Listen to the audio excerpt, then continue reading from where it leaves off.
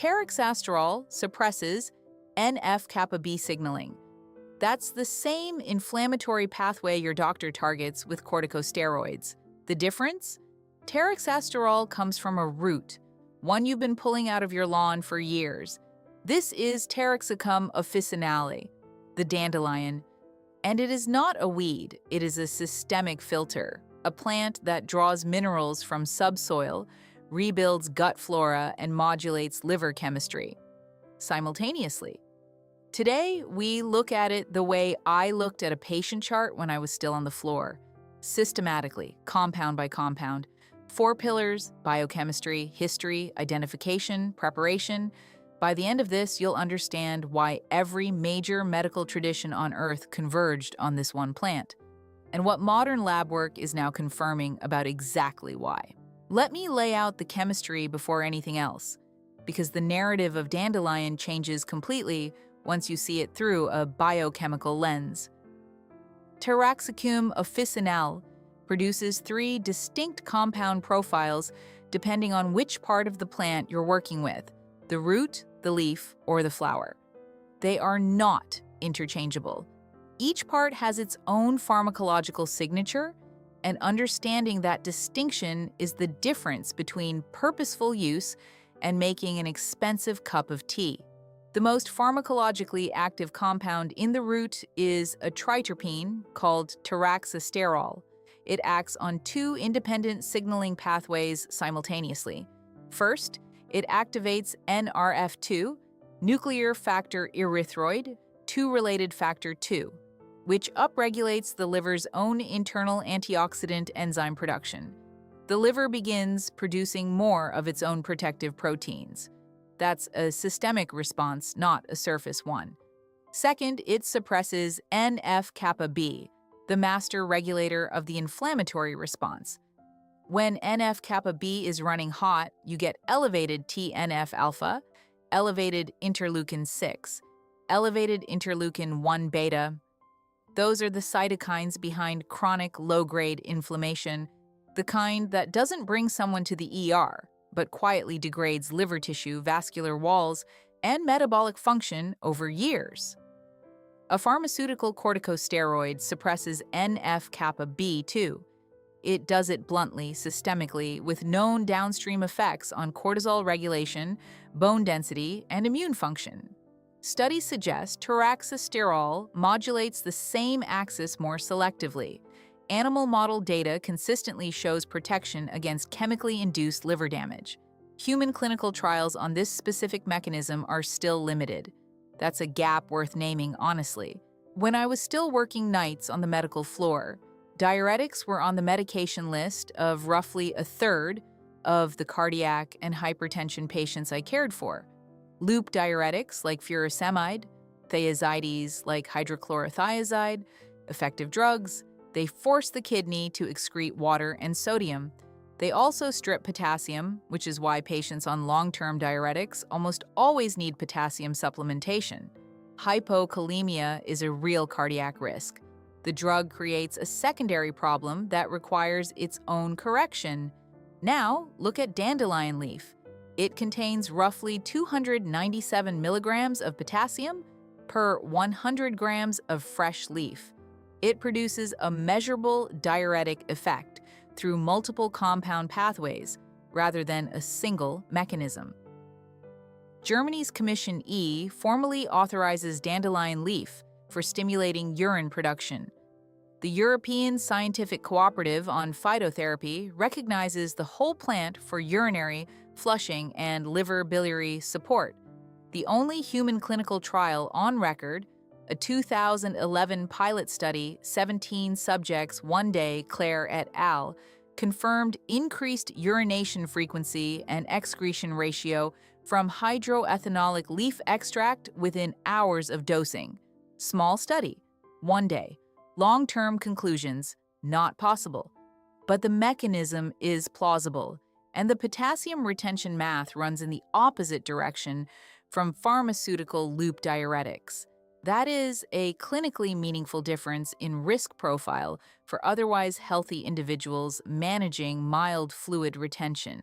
The glycemic story, is less well-known and more precise than most people realize.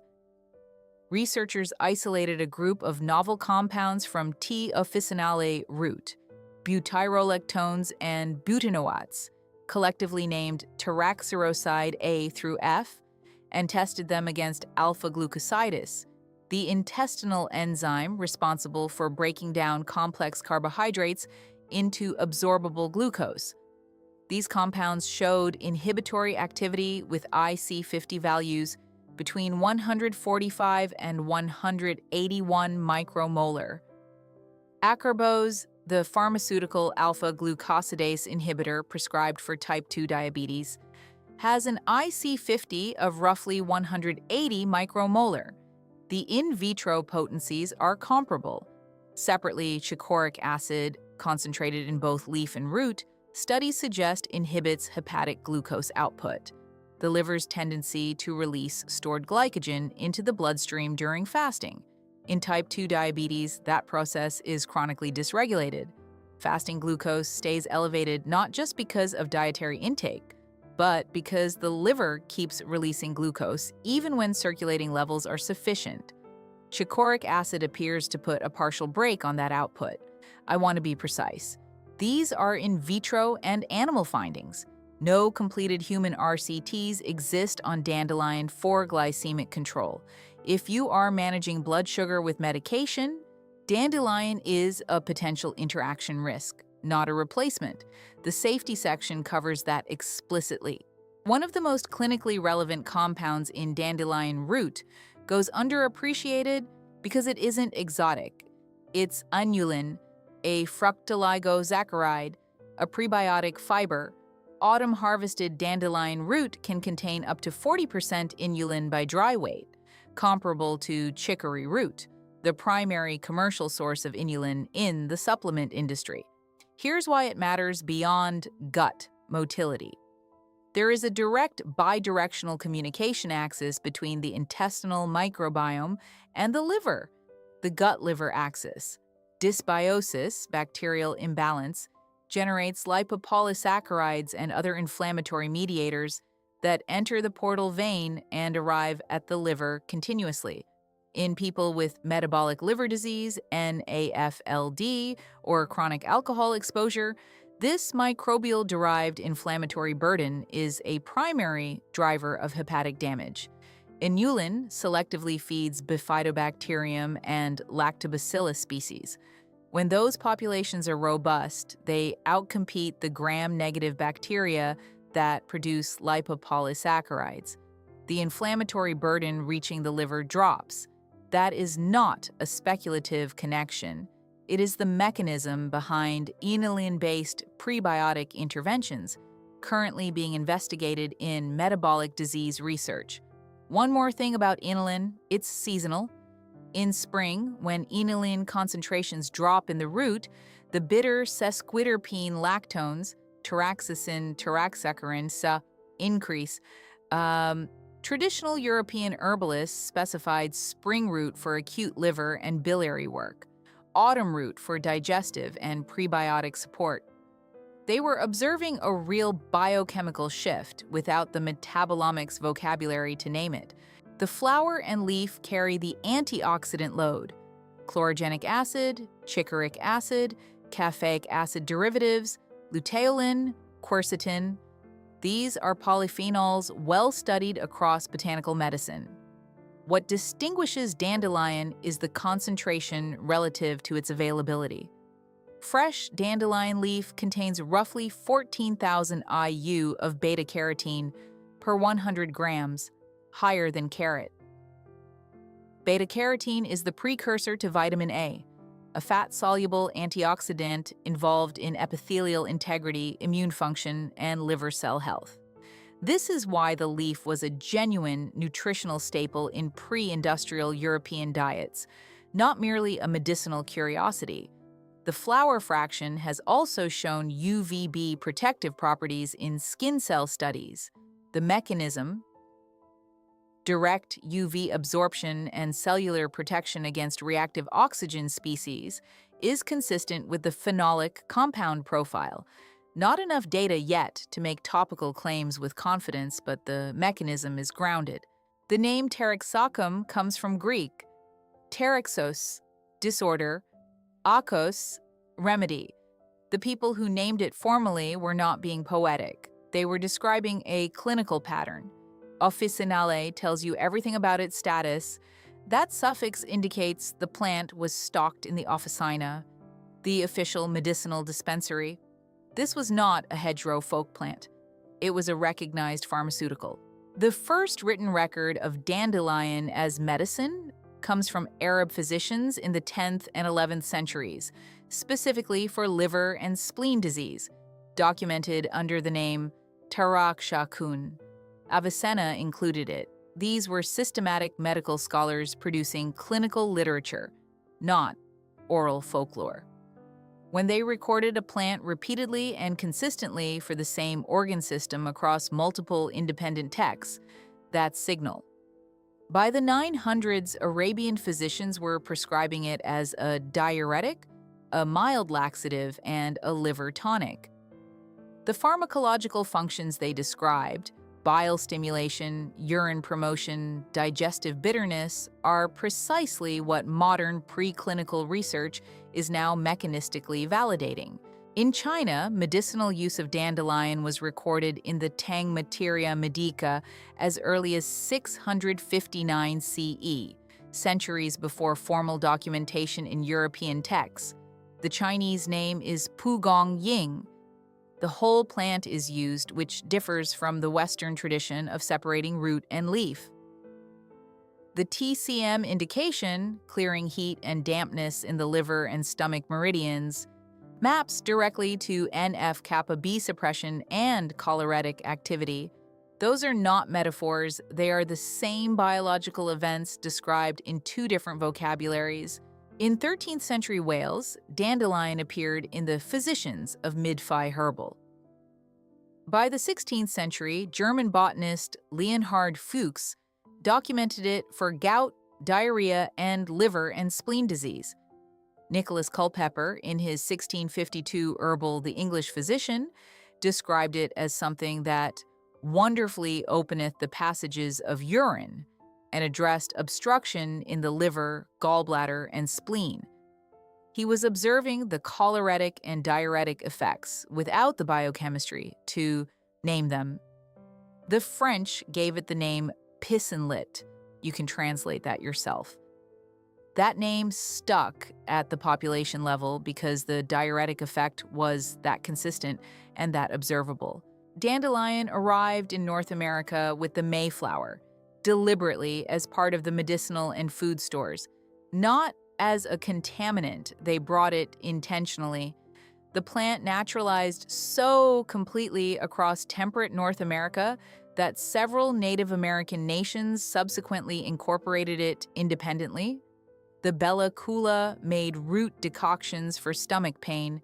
The Algonquian used the leaf as a systemic alterative.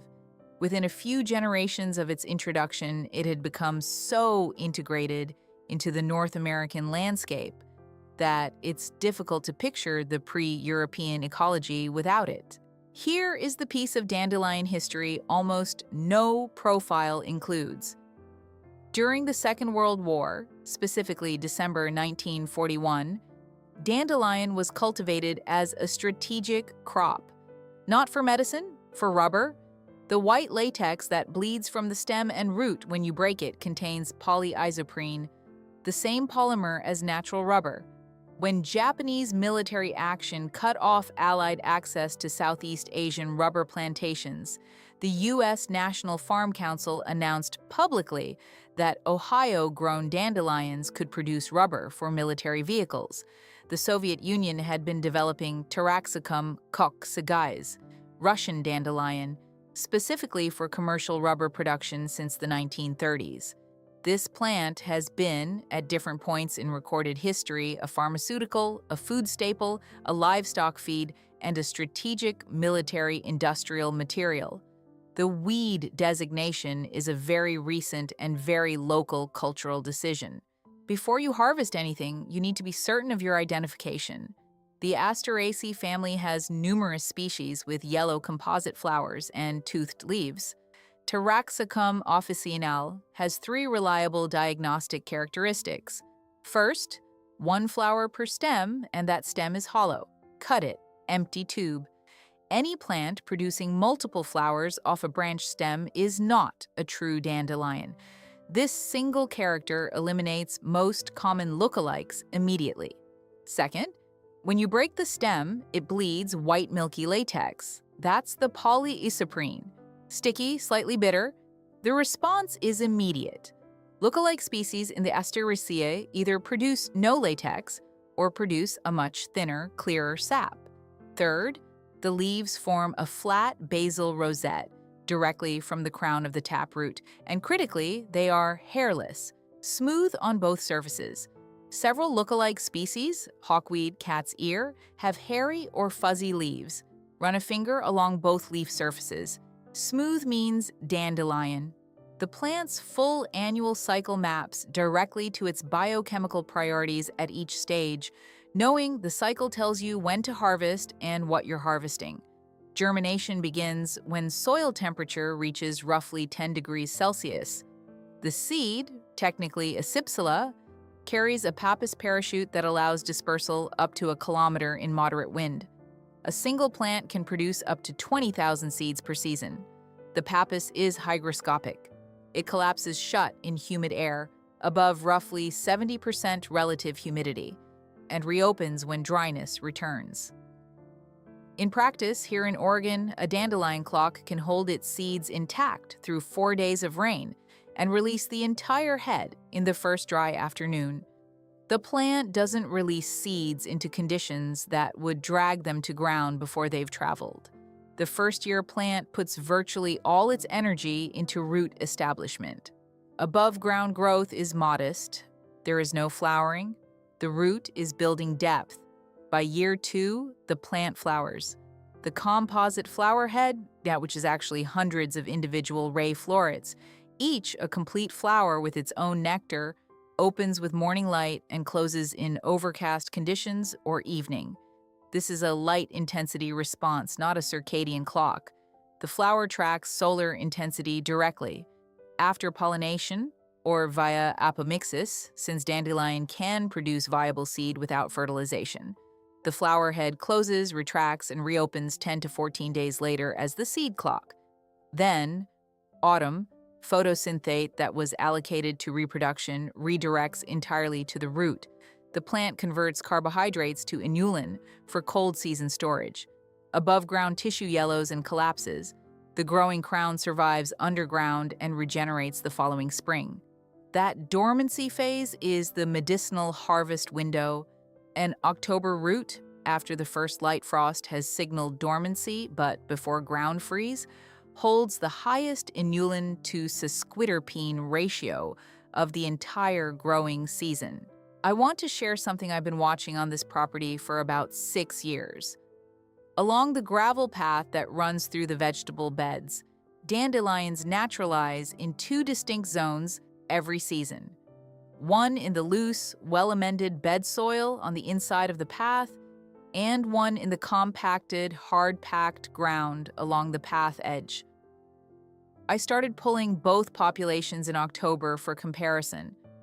The loose soil roots are long, 30 to 40 centimeters, straight, uniformly tapered, dense white interior, and they bleed a significant latex when cut.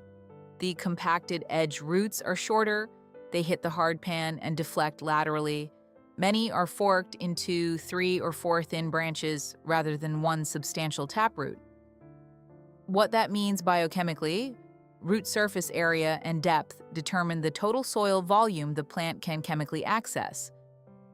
A forked horizontal root contacts a smaller soil volume at shallower depth, exactly where mineral depletion from prior seasons is most pronounced. Studies on soil compaction and plant mineral uptake consistently show reduced calcium, potassium, and iron concentrations in roots from high compaction substrates. What I observed, Dan, and this is field observation, not a peer-reviewed study, is that the compacted zone roots produce a noticeably lighter decoction, less resin on the cut face. The loose soil roots have resistance when you cut them. There is more material there. Practical conclusion: for intentional medicinal cultivation, soil structure is not optional. Double dig your beds to 40 centimeters before planting. Amend with compost for both structure and mineral content. The plant will do the rest. The taproot grows by following the path of least resistance through the soil matrix. In loose, well-structured soil, that path goes straight down. The root tip secretes organic acids that chemically weather the mineral particles around it, releasing calcium, potassium, and iron ions that are absorbed through the root hair zone immediately above the tip. I call it a biological pump.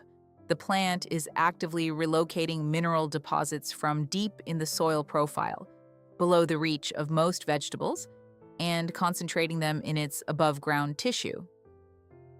When those leaves die back and decompose on the surface, those minerals become available to neighboring plants with shallower roots. The dandelion does active soil work that benefits everything growing near it. This is also why dandelion leaf is so mineral-dense as food. That 297 milligrams of potassium per 100 grams didn't come from the air. It came from depth. The seed clock is worth a moment. That spherical structure is not decorative. Each pappus filament is individually hygroscopic. It expands in dry air and collapses in humid air. On a dry Oregon afternoon, the seed head is fully expanded and aerodynamically primed. In damp air, the filaments collapse shut, holding seeds against the receptacle until conditions improve. The threshold is roughly 70% relative humidity. Below it, the clock opens. Above it, it waits. A single plant can hold a fully formed seed head through consecutive days of Pacific Northwest rain and release the entire structure in the first dry window. That is a precision environmental sensing mechanism built into a structure most people blow apart without consideration. The same organism that engineered an atmospheric hydrometer into its dispersal mechanism also engineered a seasonal biochemical factory in its root. These are the outputs of 30 million years of evolutionary refinement. That context is useful when evaluating the plant as medicine. Dandelion tolerates most growing conditions, but it produces its highest inulin content and most concentrated bitter compound profile in well-draining, slightly acidic to neutral soil in full sun.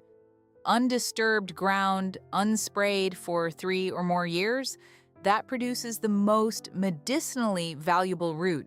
First year root is too thin, second year is workable, third year is serious botanical material. Oregon's climate runs the plant's biochemical cycle reliably. Spring brings bitter lactone production. That's your leaf and flower harvest window. Late summer, the root begins inulin loading. By October, after the first light frost, inulin concentration peaks. That is your root harvest window. For leaf, target the young spring rosette before the flower stalk appears. Carotenoids, iron, and vitamin K are at seasonal peak. For flowers, mid-morning after dew dries at full open bloom. Polyphenol concentration in the ray florets tracks solar intensity. Harvest at peak sun exposure. Never harvest dandelion from lawns or roadsides without confirmed herbicide-free history for several years back. Dandelion's deep taproot and high transpiration rate make it an efficient soil bioaccumulator. The same mineral concentration mechanism that gives it medicinal value makes it concentrate whatever else is in the soil. Glyphosate persists in soil for months to years depending on microbial activity. A dandelion growing in treated turf is not a medicinal plant. It's a contaminated one. If you don't have confirmed clean ground, cultivate your own. Dandelion germinates readily and establishes quickly. or source from certified organic suppliers who can document growing conditions and testing. The preparation question is not, how do I use dandelion? It's which part, for what purpose, in what season? Root: hepatoprotection, bile flow stimulation, prebiotic inulin delivery, bitter digestive support, best harvested autumn, prepared by decoction or tincture. Leaf: diuretic action, mineral supplementation, highest beta-carotene and vitamin K content. Best harvested spring before flowering as infusion or fresh food. Flower: antioxidant, focused preparations, topical applications, culinary use. Harvest at peak bloom. 3 parts, 3 distinct applications, 3 different harvest seasons. The overlap between them is real. All 3 parts share some compounds, but the concentrations differ enough that the distinctions are clinically meaningful. For the root, decoction rather than infusion. Woody fibrous root tissue requires sustained heat to release polysaccharides and heavier resinous compounds adequately. An infusion, pouring hot water over root, does not extract these compounds in meaningful concentrations. Method: 3 to 4 grams of dried, chopped root in 250 milliliters of cold water. Bring slowly to a simmer. Hold at a low simmer for 15 to 20 minutes with the lid on. Strain. That is your therapeutic preparation. German Commission E guidelines specify 3 to 4 grams of dried root twice daily. That is the closest thing Western herbalism has to a formal regulatory dosage approval. Roughly 1 cup of decoction morning and evening. For a tincture, Commission E specifies 10 to 15 drops of root tincture twice daily in water. A standard 1 to 5 tincture in 25% ethanol extracts the water-soluble compounds alongside some of the resinous fraction. I want to come back to the diuretic comparison for a moment, because there's a clinical observation I carried out of the hospital that I think about every time I work with dandelion leaf. A third of the patients on our medical surgical floor at any given time were on loop or thiazide diuretics, effective drugs. But the electrolyte management that went alongside them was a continuous secondary problem. Potassium levels below 3.5 milliequivalents per liter produce measurable cardiac risk. So the drug creates the deficiency, and the deficiency requires its own correction, and that correction sometimes creates its own downstream issues. There was one patient I remember, I won't describe her beyond what's medically relevant, who had been on a loop diuretic for months for lower limb edema secondary to mild venous insufficiency. Not heart failure, not kidney disease, venous insufficiency, a manageable, non-critical diagnosis. She was on a strong pharmaceutical for a condition where a gentler intervention might have been adequate. I'm not suggesting dandelion replaces prescription diuretics in clinical settings.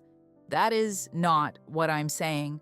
But what I left the floor carrying was a question about proportionality, about matching the intensity of the pharmacological intervention to the severity and urgency of the condition. For a healthy person managing mild premenstrual fluid retention or mild bloating from travel, the risk-benefit calculation looks genuinely different from a cardiac patient in acute fluid overload. And dandelion leaf, with its potassium content and multi-pathway mild diuresis, sits in that lower acuity space with a more favorable electrolyte profile. That's a conversation worth having. The leaf doesn't require decoction. A standard infusion, 4 to 10 grams of dried leaf in just boiled water, 10 minutes covered, extracts the water-soluble diuretic compounds and potassium adequately. Commission E specifies 4 to 10 grams of leaf or 2 to 5 milliliters of leaf tincture 3 times daily.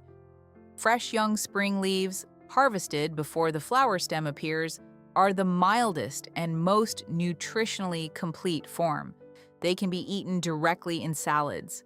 Older leaves become markedly more bitter as sesquiterpene concentration increases. That bitterness is not spoilage, it's chemistry. Blanching reduces it if the raw flavor is too intense, though you lose some heat-sensitive vitamin C in the process. The trade-off is worthwhile if bitterness prevents people from eating the leaf at all. There's a preparation standard in European households from the 18th century through the Second World War that's worth understanding chemically, not just historically. Scrub and chop autumn harvested root. Roast in a dry oven at 200 degrees Celsius, 390 Fahrenheit, for 20 to 30 minutes, turning occasionally, until the pieces reach a deep mahogany brown. Let cool completely. Grind to a coarse powder in a burr grinder. Brew with a French press or by simmering briefly and straining. 1 to 2 teaspoons per cup. What happens during roasting? The Maillard reaction between reducing sugars and amino acids produces hundreds of flavor compounds, many chemically related to those in coffee.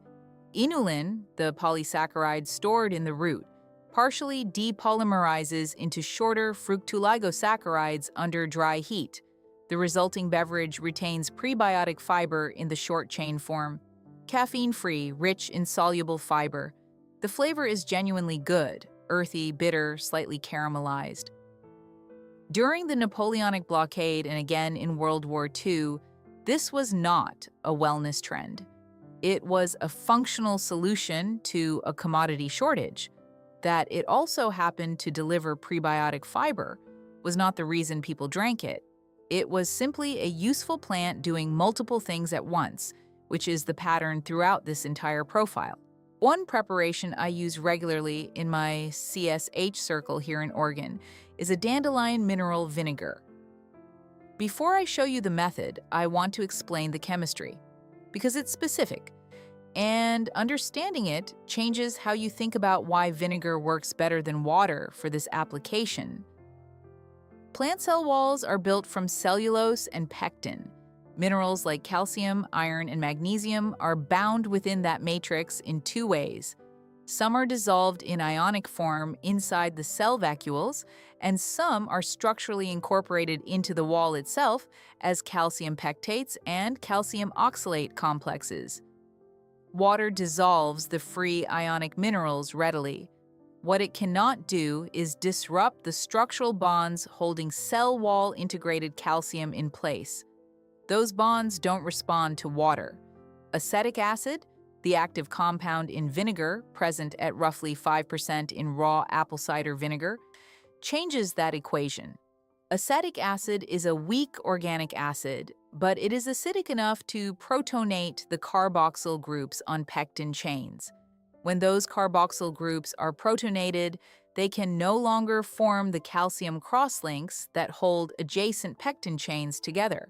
The crosslinks break, the cell wall structure loosens. Calcium ions that were structurally bound inside the wall are now free in solution. This is the same chemistry that makes vinegar effective at descaling calcium deposits from kettles and pipes. In the context of a dandelion leaf preparation, it's doing that work at microscopic scale, inside plant tissue over several weeks rather than minutes. The result? A preparation with measurably higher concentrations of calcium and iron than water-based extraction of the same material. Studies on acetic acid mineral extraction from plant tissue show calcium yields 2 to 4 times higher than water extraction. Method: pack a clean glass jar loosely with fresh dandelion leaf and flour. Cover completely with raw, unfiltered apple cider vinegar. Seal with a plastic lid or parchment paper under a metal lid. Acetic acid corrodes metal over time. Store cool and dark for 4 to 6 weeks, shaking every few days to maintain contact between solvent and plant tissue. Strain. Press the plant material firmly to recover all liquid. Bottle in dark glass. Shelf life, 6 to 12 months. Use as a food condiment, a tablespoon over greens on roasted vegetables, in salad dressing. This is not a tincture, it's not a medicine, it's a mineral-enriched functional food. The distinction matters for how you think about it, discuss it, and label it. Dandelion root, infused in oil, targets a fundamentally different compound class from the internal preparations. The primary targets here are the phytosterols, beta-sitosterol, stigmasterol, campesterol, and the fat-soluble triterpenes, including taraxasterol itself. These compounds are lipid-soluble. They don't extract efficiently into water. They don't extract well into ethanol water tinctures at useful concentrations, but they move readily into fixed plant oils. The skin relevance of beta-sitosterol specifically, it is structurally analogous to cholesterol, differing by a single ethyl group at C24. Cholesterol is a primary structural component of healthy skin barrier lipids.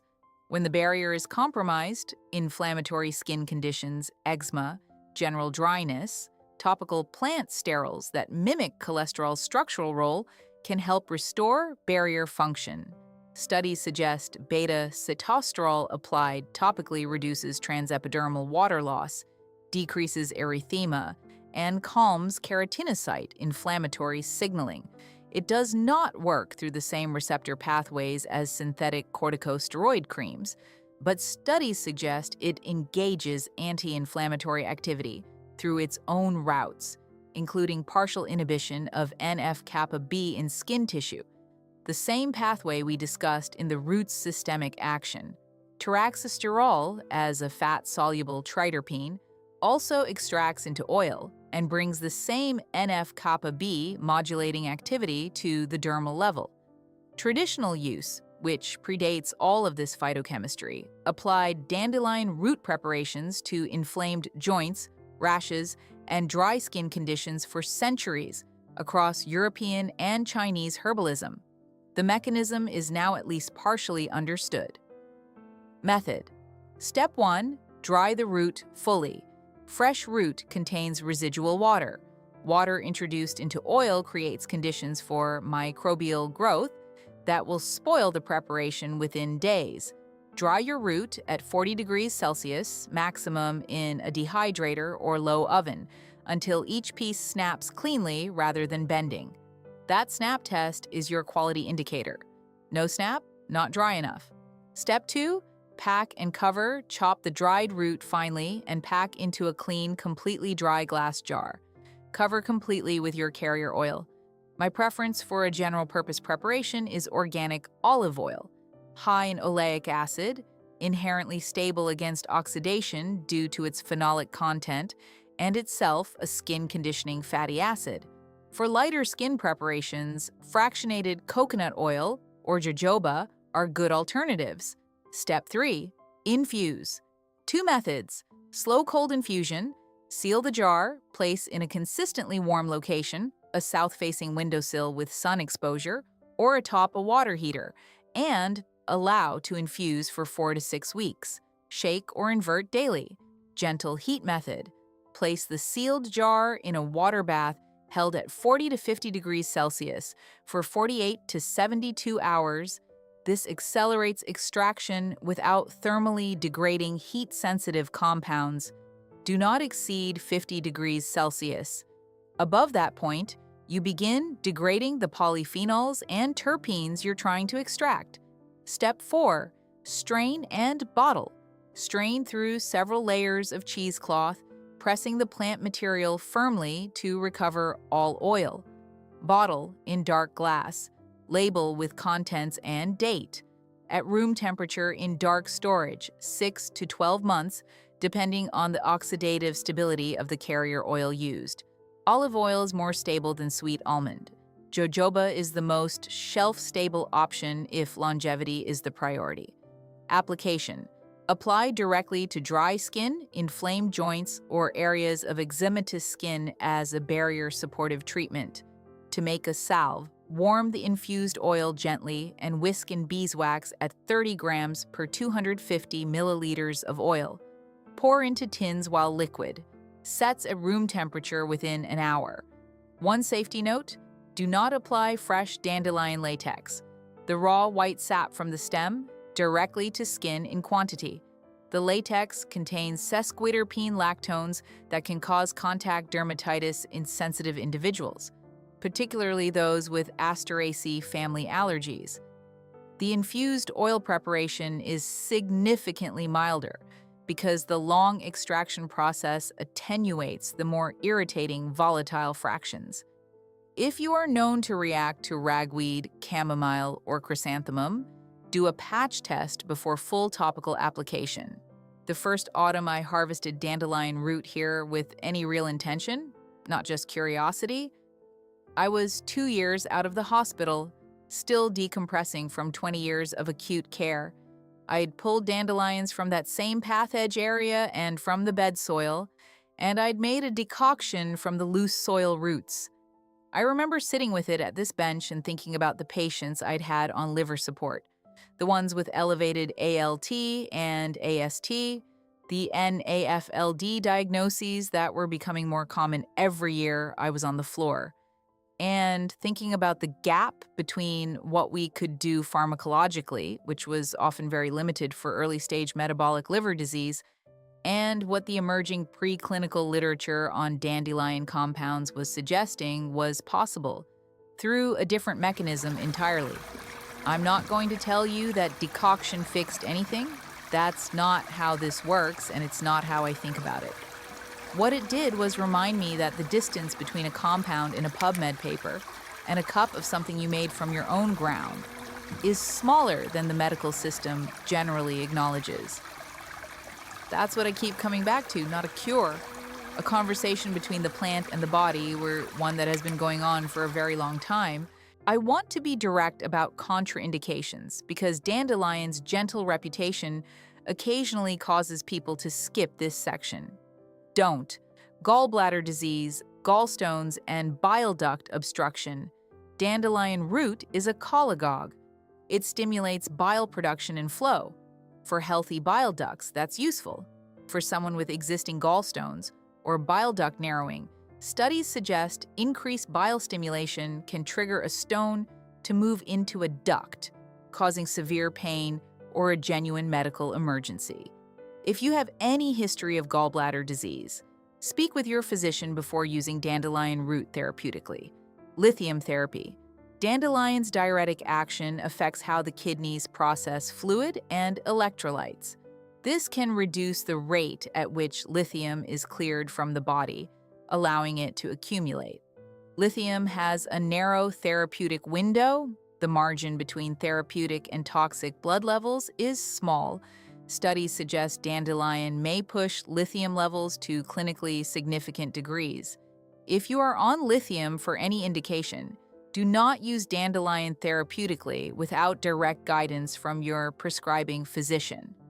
Anticoagulants, warfarin, aspirin, clopidogrel. Dandelion leaf is high in vitamin K, which participates in the clotting cascade. Studies suggest concurrent use with anticoagulants may alter clotting parameters. The interaction is theoretically established, not conclusively quantified. Caution is appropriate regardless.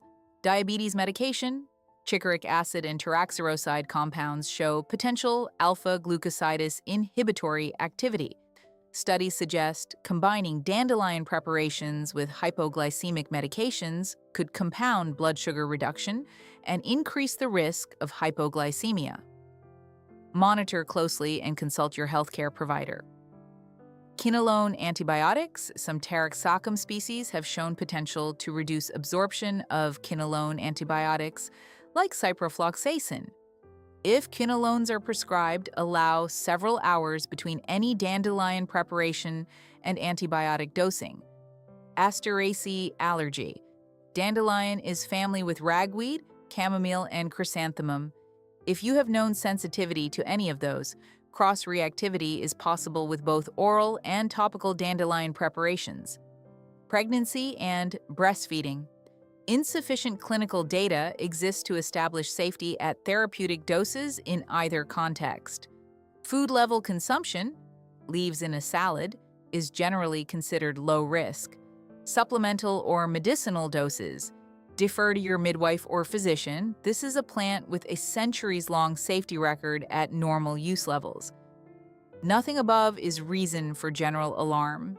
It is reason for informed, proportional use. Before I go, one question I want to leave with you. Dandelion has been in every major medical tradition on Earth for over 1,000 years. Arab physicians, Chinese practitioners, Celtic healers, European herbalists, Native American nations, all independently converged on the same plant for the same organ systems: liver, kidney, digestion, when that many independent cultures, separated by geography, language, and centuries, agree on the same plant for the same function. At what point does convergence become evidence? And how do we weigh 1,000 years of observed clinical use against a single pilot study of 17 people conducted over one day? That's not rhetorical. I'm genuinely curious where you land on that line. Tell me in the comments. L.